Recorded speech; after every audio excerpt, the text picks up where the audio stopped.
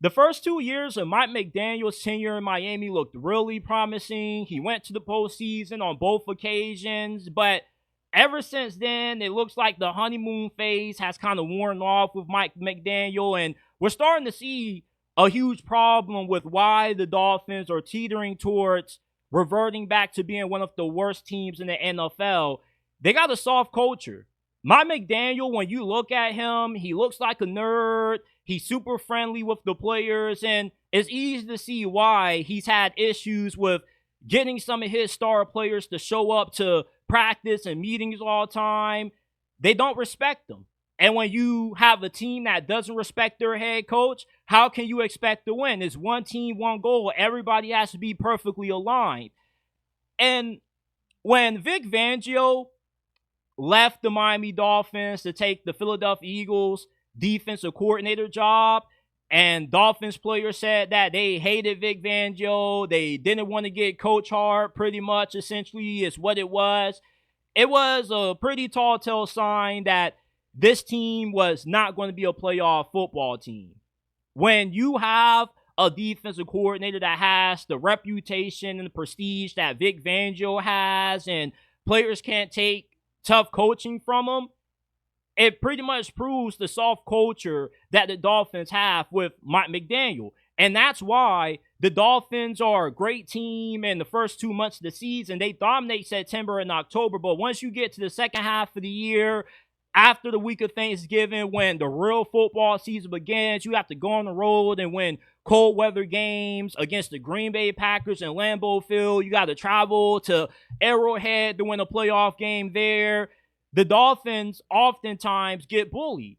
They are a finesse football team. They remind me of what those early 2010s Oregon teams used to look like with Chip Kelly. They got a lot of speed. They want to beat you with finesse, but once you get to the second half of the season and you got to be able to run the football, you got to be able to prove your dominance up front, the Dolphins are not able to do that. And they end up getting exposed for having weak offensive line play. They've neglected the offensive line for so many years, and we wonder why Tua continues to struggle to stay healthy.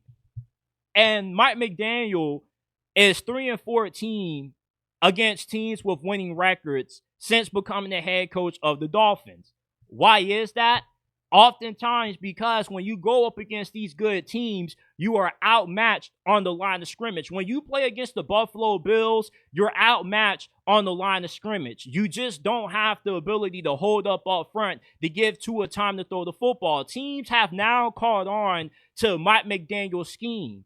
They know that he wants to get the football out fast. They know that Tua Tagovailoa, he's a little bit timid when you get a little bit of pressure on him. And they know with the Dolphins' inability to improve the offensive line that when you make this a one-dimensional football team, they don't have the ability to spam Tyreek Hill and Jalen Waddle open on those deep bombs or on those crossing routes, sending them in motion. You have a very easy team to beat.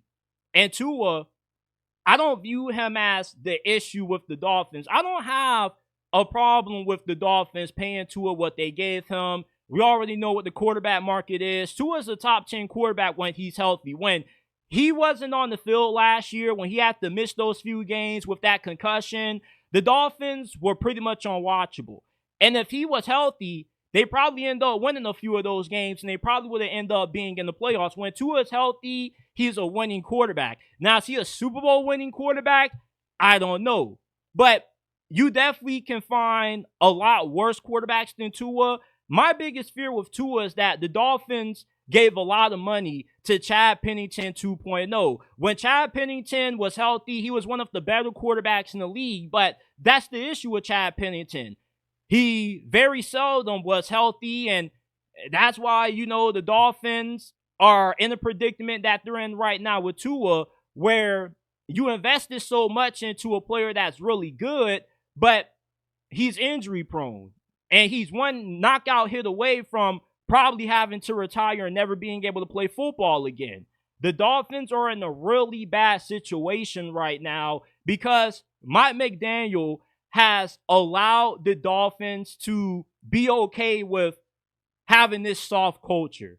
He's too friendly, and that's why these players don't respect him. When you're coming to meetings late and finding guys isn't enough, they still continue to come late, that's just a middle finger to you as a coach. Jim Harbaugh wouldn't allow that to happen. I'm pretty sure Kyle Shanahan wouldn't allow that to happen. Mike Tomlin, as prayer friendly as a head coach as he is, he's not allowing that to happen. Bad organizations allow this to happen. And that's what the Miami Dolphins are reverting back to. They had a good stretch for the last 3-4 years. They were a 9-10 win team. They were a playoff or borderline playoff team. But it looks like those days are quickly over. As fast as it happened, as fast as it ended. And the Dolphins aren't struggling for a lack of talent per se. They do have talent. They are a pretty talented team. They just lack talent at one of the most important places needed to be a good football team, and that's on the line of scrimmage. You just lost one of the best left tackles to retirement. How are you going to be able to replace him? Is Patrick Paul going to be able to be a suitable replacement for him at left tackle? Did the Dolphins get it right drafting Patrick Paul? Because this organization, when they have invested draft capital into the offensive line, they haven't gotten it right. Austin Jackson is still a projected starter for this team, although he's been one of the worst at his position, and he's a bona fide bust at this point. I don't have confidence that the Dolphins are going to be able to correct their issues through the draft. It's going to come down to, can they improve the culture? Can they go from being a soft team to being a team that late in the season, we can run the football against you? We're not just this finesse team that has to throw the football with this air raid kind of philosophy. We can run the football 30, 40 times down your throat if need be. It's funny how Mike McDaniel comes from the Kyle Shanahan coaching tree when Kyle Shanahan is known for running the football, often being 2 times overly committed to the run. Why is it that Mike McDaniel doesn't have that same philosophy? Maybe it's because Kyle Shanahan, what got the 49ers in trouble last year was that he wanted to overcompensate for not having good offensive linemen with his scheme. And sometimes your scheme, as good as what it is, can only elevate guys to a certain point. Mike McDaniel has to realize that, okay, even though I do have a good scheme, imagine how good we could be if we had even better players. If you take a good offensive guard and you put him in Mike McDaniel's scheme, he goes from good to great. Same thing with Kyle Shanahan. The same issues that kind of plagued the 49ers last year kind of hurt Miami in a sense. Because Mike McDaniel and Kyle Shanahan, they somewhat are a little bit similar. The only difference is that the 49ers are a more physical team than what the Dolphins are. And I know it's really repetitive saying this. You Dolphins fans probably have heard this so many times through over the last couple of years, you being a soft team, but it's more so you having a soft culture. And your players don't respect your coach.